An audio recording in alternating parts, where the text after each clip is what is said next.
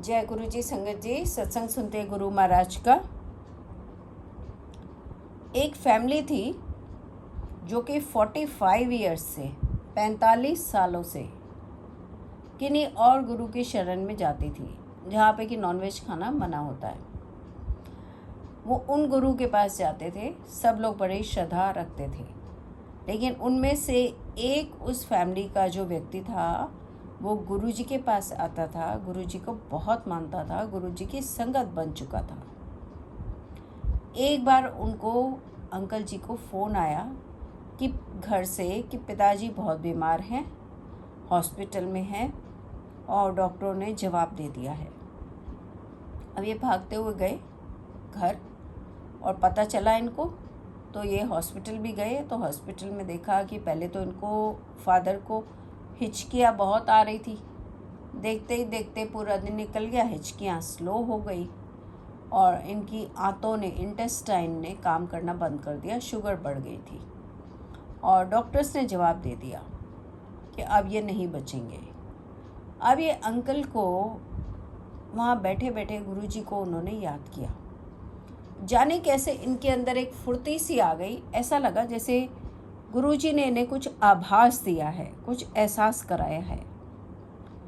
ये अकेले पिताजी के पास वहाँ थे, पिताजी को बिल्कुल अकेला छोड़ के 2 दिन के लिए कहीं अपने काम पे चले गए। जाने इन्हें क्या हुआ। और 2 दिन बाद जब ये लौटे तो देखा कि पिताजी उठ के रो रहे हैं। तो हैरान हो गए कि ये इनको किस हालत में छोड़ा था। ये उठे हैं और रो रहे हैं क्योंकि उनको लग रहा है कि 2 दिन से ये अंकल उनको अकेला छोड़ के चले गए, ऐसा इनके मन में आया। लेकिन पिताजी ने इनको ये बोला कि इनके जाने के बाद गुरुजी महाराज की खुशबू आई और गुरुजी महाराज वहाँ प्रकट हुए और इन्हें बोला होर वही, और फिर उनके गुरु का नाम लिया कि हाल ने तेरे। अब ये उन गुरु को मानते थे और उनको ही इन्होंने प्रार्थना की थी कि मुझे ठीक कर दें, मगर ये ठीक नहीं हो पा रहे थे और गुरुजी महाराज ने आके इनको ठीक किया। उनके गुरु का भी नाम लिया कि वहाँ पे प्रार्थना की थी तो उनका नाम लिया और बोला कि अब की हाल ने तेरे, और इनको बिल्कुल ही ठीक कर दिया। अब ये अंकल जी के मन में गुरुजी के प्रति इतनी श्रद्धा जागी, इतना प्रेम जागा कि पूरी फैमिली ही गुरुजी की ओर चली गई, क्योंकि हेड ऑफ द फैमिली की जान बचाई थी गुरुजी महाराज ने। और एक अंकल तो पहले ही उनकी संगत थे ऑलरेडी।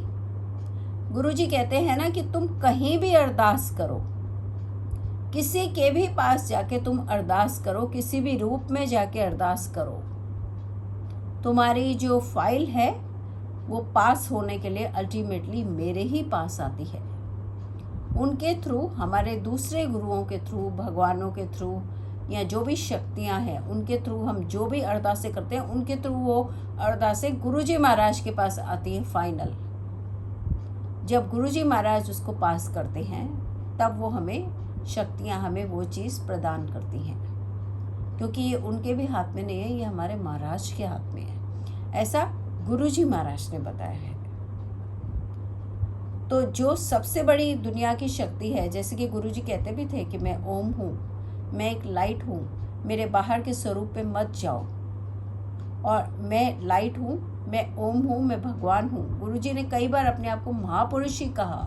बहुत ही कम वक्त था जब गुरुजी ने कुछ और कहा। जब लोग पूछते थे गुरुजी महाराज आप सोते नहीं हैं, तो गुरुजी ने कहा अगर मैं सो गया तो सृष्टि को कौन देखेगा।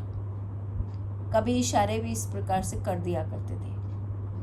तो हम तो जानते ही हैं कि गुरुजी महाराज भगवान है, इस सृष्टि के मालिक हैं और धरती पर समय समय पर प्रकट होते हैं अपने भक्तों की रक्षा करने के लिए, उनके कष्ट अपने ऊपर लेने के लिए।